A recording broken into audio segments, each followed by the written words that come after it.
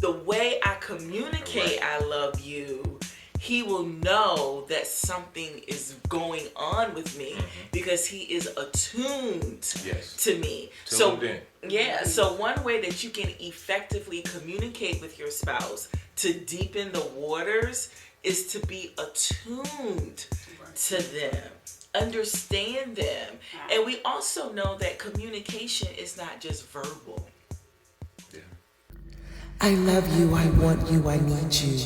Let's maintain our sacred waters. Hey, it is me, Dr. Latisha Webb, my husband, my man, William, and the Cartwrights. Hey. Yes. We have Mr. Vincent and Miss Elise, and we are with you again, and we are talking about how to deepen the waters in our marriages, right? So if this is your first time tuning in, let's just share what sacred waters are. So sacred waters is actually a paradigm.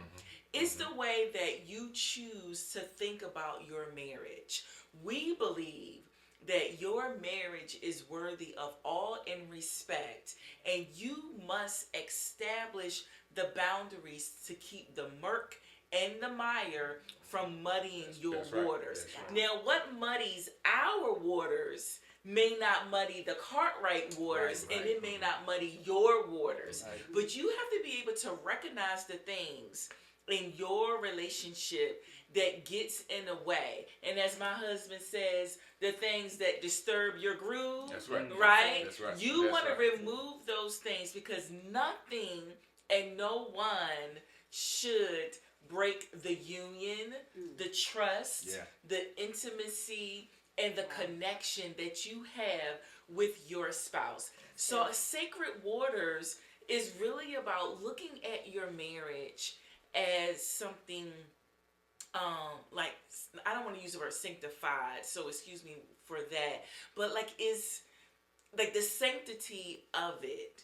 Like, this is the closest relationship that you will ever have with another human being. And it's a different type of relationship that you're going to have with your children, especially for women who carry and birth their children. Two completely different relationships. But when you're talking about being married and you become one with your spouse, you share your everything with them. You are naked and not ashamed. You make love with this person. You build a life with this person. That decision that you make when you say I do, or whatever it is when you write your vows, nothing should break that. Nothing. Now, the disclaimer is we're not talking about accepting abuse. Right. We're not talking about accepting physical, verbal, psychological, emotional, sexual, financial, social abuse. There's all different types of abuse. And if you feel that you are experiencing any type of abuse, we highly recommend that you seek out professional counseling, whether it's spiritual or with a mental health professional. But if you are in a marriage and you're not experiencing any abuse, and y'all are really dealing with the everyday struggle of marriages, and I'm going to be honest, infidelity is an everyday struggle. Hey, come on. You know what I mean? Sometimes going to dip off and have that drink. Or, these are things that we deal with, but we also have to be able to understand, like, what's our threshold? What can we deal with? And let's just get right into the conversation, because I know for us, it was just certain things that it was just difficult for us. And as I shared before, I didn't have the wisdom, the knowledge, or the wherewithal to really address the problems in our marriage. And I thought, as we get into the third E in deepen, I thought I was effectively communicating with my spouse, my man, him right here, this one right here, Exactly. right? Because I'm talking and I'm sharing and I'm saying all of these things, but I'm just like, what in the world? How come we're not jiving? How come it's not clicking? How come whatever is going on, like we're not understanding one another? And I realized just because you are communicating does not mean the person understands. Yeah, exactly. Does not mean the person comprehends. Yeah. Does not mean that you guys have the same definition for the words that you use. Yeah. Yeah. Yes. Yeah. I mean, it's amazing. Go ahead. Anybody jump in. And even with that, it doesn't mean that the person is necessarily hearing you. You could be, well, let me see, you could be doing your best to effectively communicate. Right. As far as you know. Right. But the person is not even hearing you. It's going in one ear and out the other.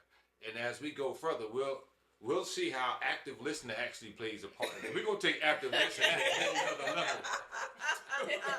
I know you probably heard about it. The way we're going to talk about it is going to bring it right on home. Yeah, so what is your definition of effective communication?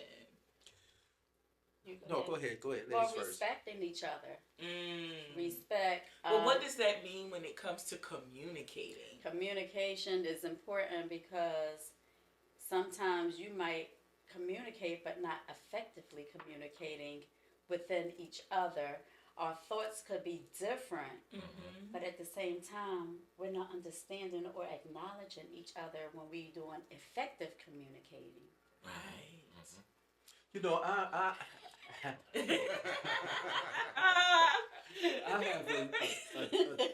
Oh, wow. my perspective on effective communication is a little different than my wife's here, and I look at it as, because it happened in our marriage, we could say the same exact thing in a different way, but I hear what I hear. Wife hear what she hear, and we saying the same thing, but in a different way. That's right. And now we're not effectively communicating with each other. Behind the fact, we was talking about that on our way over, and she said, "Oh, you rehearsing it?" I said, "No." Don't tell all the business. I said no, but it just came to me because with me, I can hear you a lot of times, but listening, I might miss the point. Because I was telling her, that's like, you can hear something drop, but if you listen, you would know you would know what had dropped. Right. Between the sounds of, you could know what a pin drop, a nail drop, and things like that. So you're listening at the sound now instead of just hearing what's going on. That good. is so That's good. I like that. And I love it That's because That's it good. makes me think about attunement. Are you attuned to your spouse? Where you hear the tone, you hear the pitch, you hear the emotion. Oh, wow. Okay? Yes. And I can say something and he immediately knows you're tired, you're sleepy, you're upset, you're angry.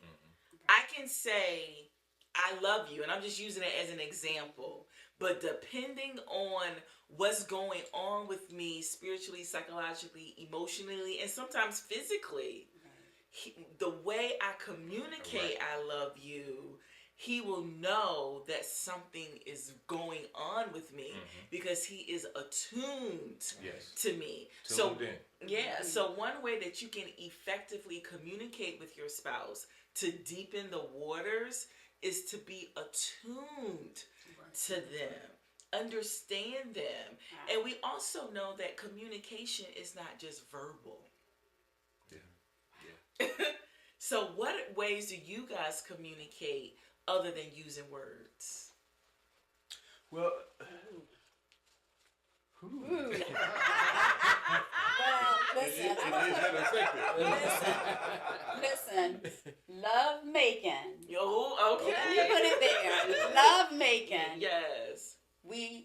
are very in tune to each other. So that's our effective communicating with that, because the touch, the feel, we feel each other. So that's one thing that I know that we do. And with me, I look at the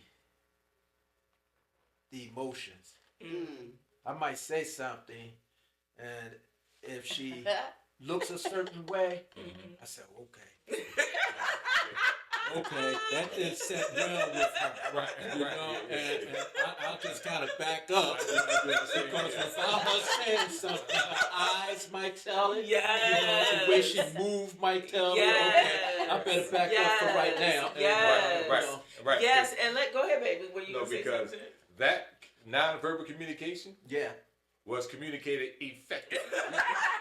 You knew right there. What was going on? Let me come back in 5 minutes. Yes. But also, our body language can be communicating ineffectively. We have to be careful how the way we look. We got to be mindful of all those things, the facial expressions. If we're giving eye contact, if we're walking away, all those come under effective communication. Oh, I'm sorry. No, that's very important. I'm going to touch on what you said. Eye contact to me is very important, because the looking away, that's not trusting your spouse if you're just looking away. I need eye-to-eye contact because I want to feel what we're discussing, what we're talking about. So that's another important factor. Eye communication is the most important thing for me. Well, we know the saying that eyes is the windows to the soul. And so when I'm able to look into your eyes, especially during a love session, right? When I'm able to look into your eyes and I see you and we have that lock stare and we don't look away and I understand what you are communicating to me, So instead of just always speaking and thinking that the words that we use will convey the message, we also need to think about the eye contact, the facial expressions, the body language. Like, William knows when he's getting on my nerves, because I'll be like this. I'll be like, when I'm talking and I start then he know I'm mad, right? And if I'm talking to him and every word I'm patting you get on my nerves.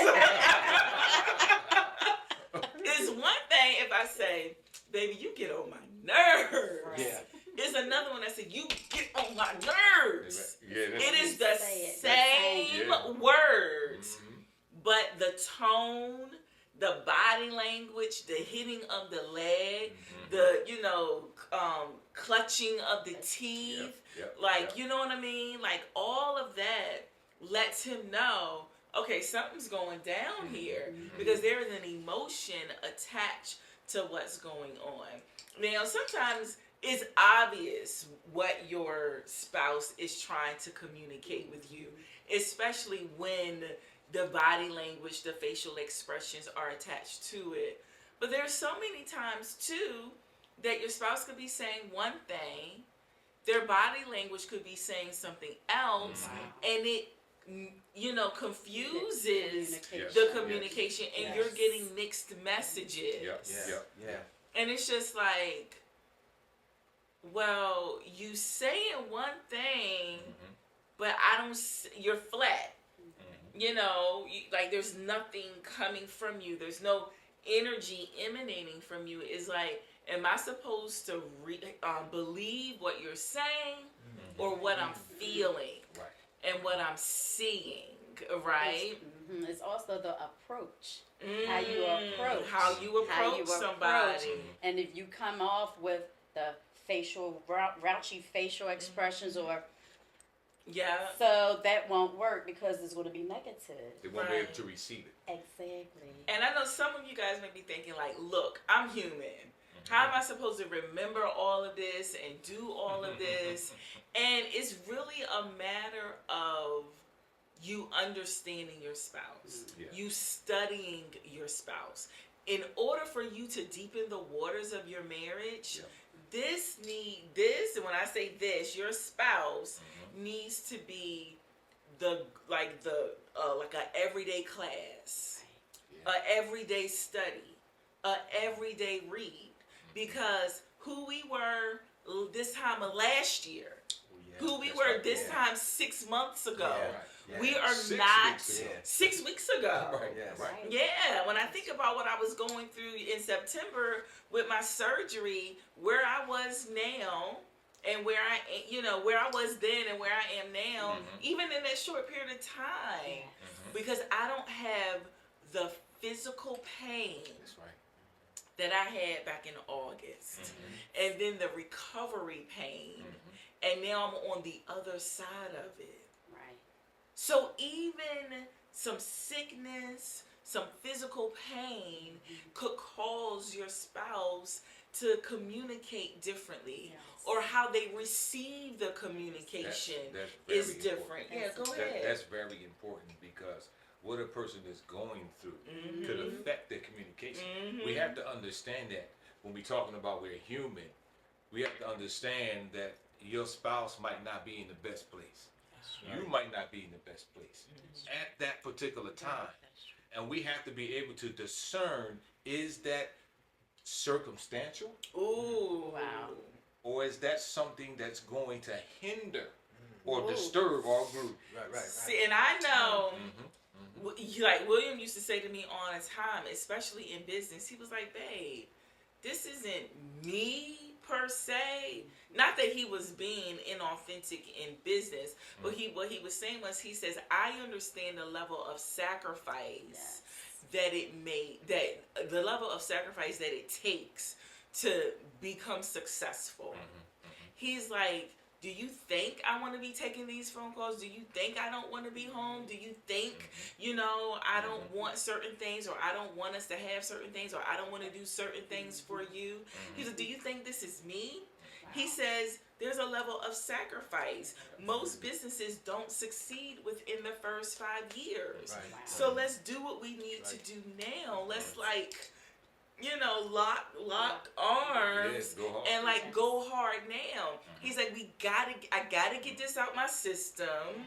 We gotta go through these initial stages, and once we get to a certain point, we'll be able to hire people, we'll be able to take some time off. He was like, but this is just for now. And even though he said that, and even though he communicated that, where I was at that time. So what you don't know, you don't know. And I've shared that before. And you have your own point of reference.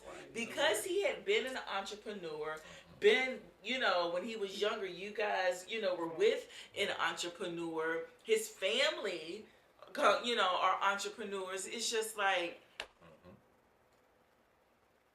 I come from a family of workers, and let me go get a job. And I was willing to take like a $10 an hour job, just so I could alleviate some of the financial stress and strain. Just so I could have a couple of dollars in my own pocket. You know what I mean? If I wanted to go to the store, if I wanted to do something. But every single dime that we made, and we made money, but every single dime we made went back into the business, or was enough just for us to be able to keep our head above water, And I had never really experienced that level of pressure and financial stress and strain before in my life, and I just was like, this is for the birds. I don't want to do this. And he was just like, babe, this is what you got to do. Right. Did you want to speak to that? That goes back to what Vincent was talking about earlier. Sometimes our paradigm really takes where we are, our belief systems, how we was raised, our values, traumas that may have happened to us, affects how we communicate, or affects how we perceive or take in the message. Like, remember you were saying, y'all be saying the same thing, but in your mind you're saying one thing, and in Elise's mind she's saying another. Go ahead. I'm sorry, let's just take the word family. We each have a different Right. definition, perception, and connotation of family. Yeah, that's true. That's true. So just because I say family and Elise says family doesn't mean that we are like communicating the same thing when it comes to family. Right. That's true. You know, and you're right. When you think about like the feedback loop, you know, when you want to understand effective communication, Right. there's such thing as feedback loop. This is important. Yes. And that feedback loop, mainly it has three main components. There's more, but just to sum it up, there's output, throughput, and input. So what does that mean, right? So output is what I'm putting out, and you guys hear it. Yes.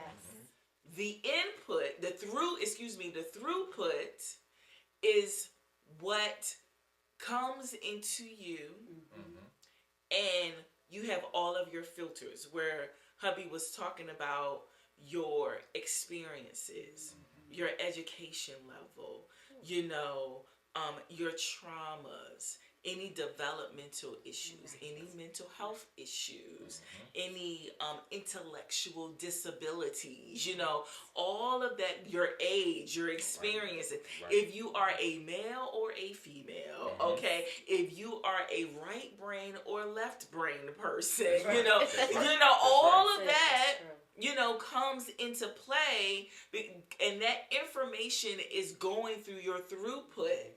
And then when you calculate it, you know what I mean, then you have input. And what your input is how you communicate, your response, reaction. But then my input turns into output because I actually speak it, and then that output becomes your input. And then that's why it's a feedback cycle. It's like you're going through the motion. It's like going through the motion. Right. And when you study your spouse and you are attuned to your spouse and you understand where they come from, you understand their experiences, you understand their trauma, whether it's resolved or not. You understand their spiritual maturity or their spiritual level. You understand they're a woman. You understand they could be PMSing. You understand they're in pain. You understand they're sick. Then you begin to understand why they respond the way they respond. Exactly. And you take all of those things into consideration. And then when you take the time to understand, you no longer get offended. Exactly.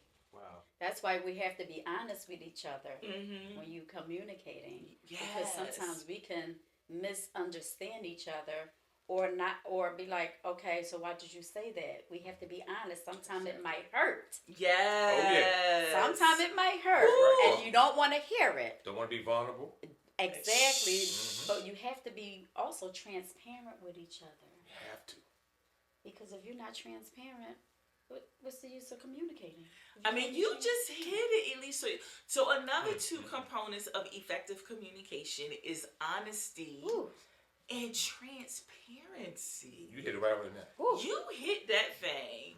I mean, I don't even think I thought about that. I mean, this is really good because if we're lying, let's just put it out there. If you just flat out lying to your spouse, how do you expect to deepen your waters? Wow. Yeah. How do you expect emotional intimacy or trust? Like, how can you're not even being honest. You're not even bringing all of you to the table. So how are you expecting someone else to give you all of them? Right. And you're not doing it. You're not doing it. Yeah. You know, sometimes it can be a source of being fearful or scared or afraid to be honest with your spouse, but that won't work. You know That's what? not going to work. I always say, marriage is for the courageous. Woo. You got to be brave Yeah. to get into a marriage Yeah. and to commit Wow. to your spouse. To another human being. You have to count up the cost, like they say in church. Count up the cost of discipleship. You have to count up the cost and understand what you are entering. And a lot of times people do not know the rules of what? Engagement. Yeah. But not only that, you don't even know yourself. That's a whole other piece. I learned more about me being married to this man than I would ever really know, like, any other time, because your spouse is a mirror to you. They show you That's right. That's who you are. They are a direct reflection of your thoughts, your emotions, your reactions, That's right. your That's right. paradigms, your ways. Because, honey, some of us could be real nasty, real devious, out of integrity, liars. Did you almost show? Are you showing us something with all this choking? It looked like you were going through a flashback. You be like, yo, I didn't see all this when we were at dinner. I didn't see all this when you were coming over and then going back home. It's like, but now that I'm living with you day in and day out, like, who are you? And God is amazing because it takes that closeness, that intimacy, that being naked and not ashamed to really see who you are. Yes. And it's not just the negative things. No. Because then you'll be able to see those God-like qualities that you have as well. That's right. That's right. Let me tell you, Yes. it's things that I learned about myself being married to William. And one of those things was that I am not a weak woman. That's right. Right. That's right. That's right. That's true. Because of my demeanor, my personality, I'm an empath and I'm highly sensitive. And so I cry a lot. I had to learn how to confront situations. I was very non-confrontational, kind of just let things happen. So growing up all of my life, because of those characteristics, I was called weak. But there was a whole lot of trauma that was attached to that. You know, no one wants to talk about that part. Right. You know, but of course, you know, the average, you know, I don't want to say the average black family, but the old school black family, you don't go to therapy, you're supposed to get over it, you're supposed to be tough, you don't cry, you don't need to talk about anything, you're supposed to, you know, Ain't just, nobody business. right, you know, what goes on in the house stays in the house, and, you know, you better not call nobody and tell nobody, I better not get no phone call, you know, that you said this or you said that. So you had to go through all of these things by yourself, no one to talk to, and then you had to just all of a sudden or automatically know how to deal with it. God just didn't make me that way. Whatever they grew up with in their generation, I didn't get that passed on to me because I needed to talk, I needed to cry, I needed therapy, I needed to process, I needed all of these things, and I did not have that. Right. And so it's just like, what do you do when you don't have the necessary resources to learn how to communicate? Right. And that's one of the reasons why we do what we do. Because there are a lot of people who are married who unfortunately have some of these challenges. Oh, yes. But it's That's not true. over. Yeah. Yeah. That's true. It's never too late to learn. That's and right. it's never too late to incorporate these principles, that's what they are, into your life. Yeah. That's right. And if you can just hold on for a minute and get around some support. Some people you trust. You might not want to have traditional therapy. You might want to do something like we're doing right now. Right. Where you can really get down and dirty and you can feel free because we're not looking at you as we are the professionals. Right. We're telling you everything about us. Right. So you know we're not perfect. If y'all been watching, y'all you're like, but yeah, we can listen to them. I've been watching them for a few years. They've been going through something. You know, it's funny because I'm the big communicator. I will communicate in a minute. Sometimes I might have to start the conversation with my husband. All the time. Well, all the time. Thank you Thank for you. admitting it. I'll start the conversation and then he'll open up. Yeah. But if I don't start the conversation, he won't talk. But see, and that's where sometimes we go wrong. You know your spouse doesn't have a particular strength Oh, come on. or skill, but you're going to hold that over their head and be like, well, you don't talk to me, I ain't talking to you. If you ain't going to start a conversation, I'm tired of starting a conversation. I'm tired of doing this. I'm tired of that. You need to start a conversation. You need to do this.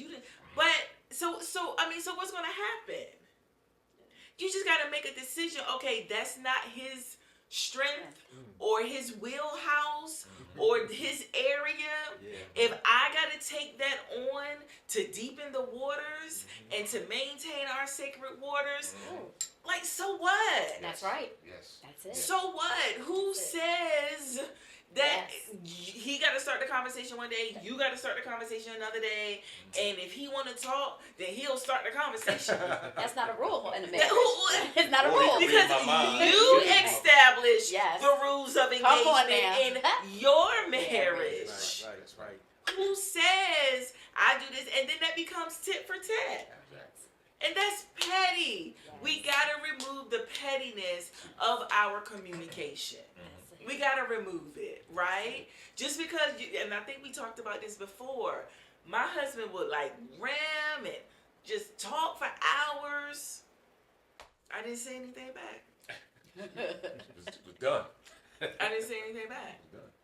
And that is what I chose to do.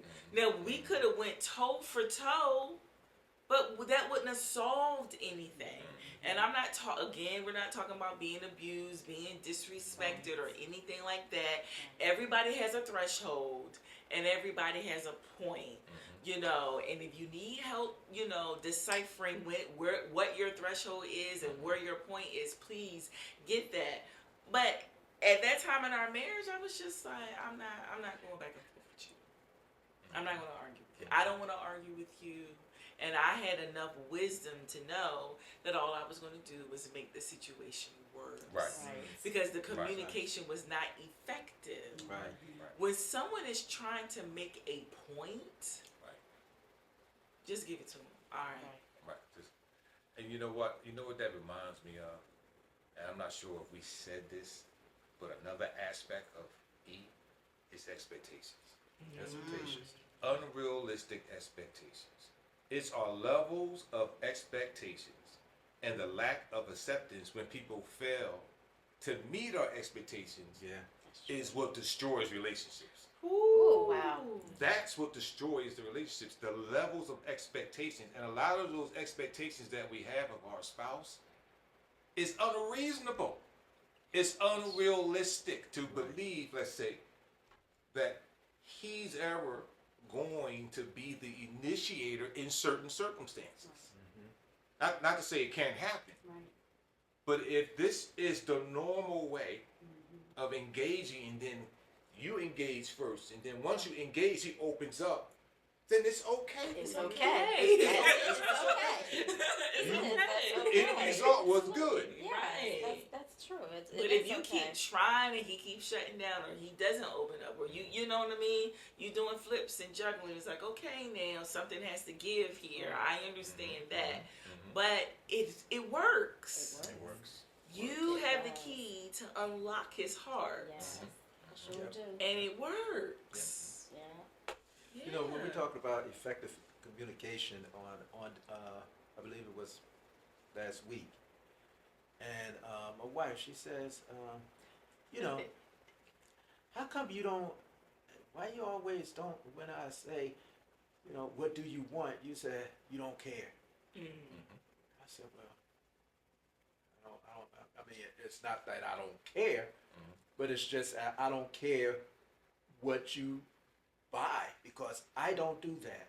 I'll go to the grocery market, and I'll get two things: chicken, Rice. Chicken and rice. To get, I'm going to go and get the dinner. It's going to be chicken and some rice. Right. So that's not my expertise. My mom's asked me, my son, I said, Mom, I don't do that.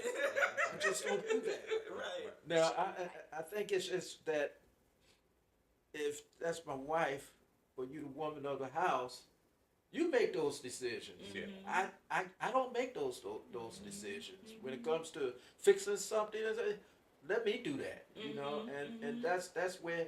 But what I'm saying is, we effectively communicate that, and I think I was like surprised. She was like, "Okay, you know what? You're right." And, He was surprised. yeah, I was. And then the thing about this is, when we talking about deepen the waters, it's like food. You can have the ingredients, but if you miss that one ingredient, it's like something's missing. Right. Something's missing. And you have to figure it out. It's the same way with deepen the waters. If you miss the effective communication, if you missing the devotion in your life, I know that's it's right. something's going to be missed, and you're going to fall short. Right. So The you empathy. have to have empathy. You have to have all of these ingredients That's right. in your marriage to make the marriage work. Yes. Come on now. Right. And you better have to preach, want Mr. it. Cartwright. Tell him that. Get it in. Now he's effectively communicating. That's right. Look like the spare came on. Come on, man. Let's go. Open up. We love it. We love it. Wow, we love it. that's true. So, I mean, on that note, there's nothing else to really top. We appreciate you, and we would love for you guys to put in the comments if there's anything that we missed in this conversation about effective communication, because we definitely need to continue to learn how to effectively communicate, especially the more that we grow and develop. You know, we got to learn.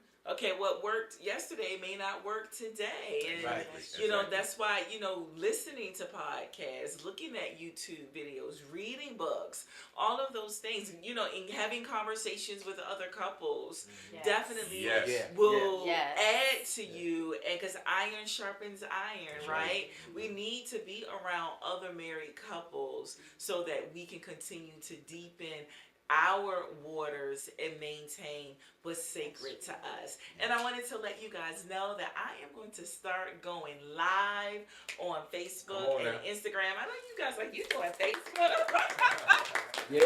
So I don't know if you guys know, but you may not be able to see them, but I have some new products where they are new and improved products. So if you looked at any of the episodes earlier on, I used to do a manifesting gratitude episode. We're going to get right back in there talking about how manifesting gratitude can help you clear the murk and the mire from your waters. When you manifest gratitude and when you are a grateful person, you emanate an energy and a glow and an aura that is going to keep your marriage sacred. And so we're going to talk about how to manifest gratitude. And then we have another new and improved product is the coloring book. In this coloring book, you have flowers, you can journal, you can sketch, you can do a lot of great things. Now, we believe that journaling,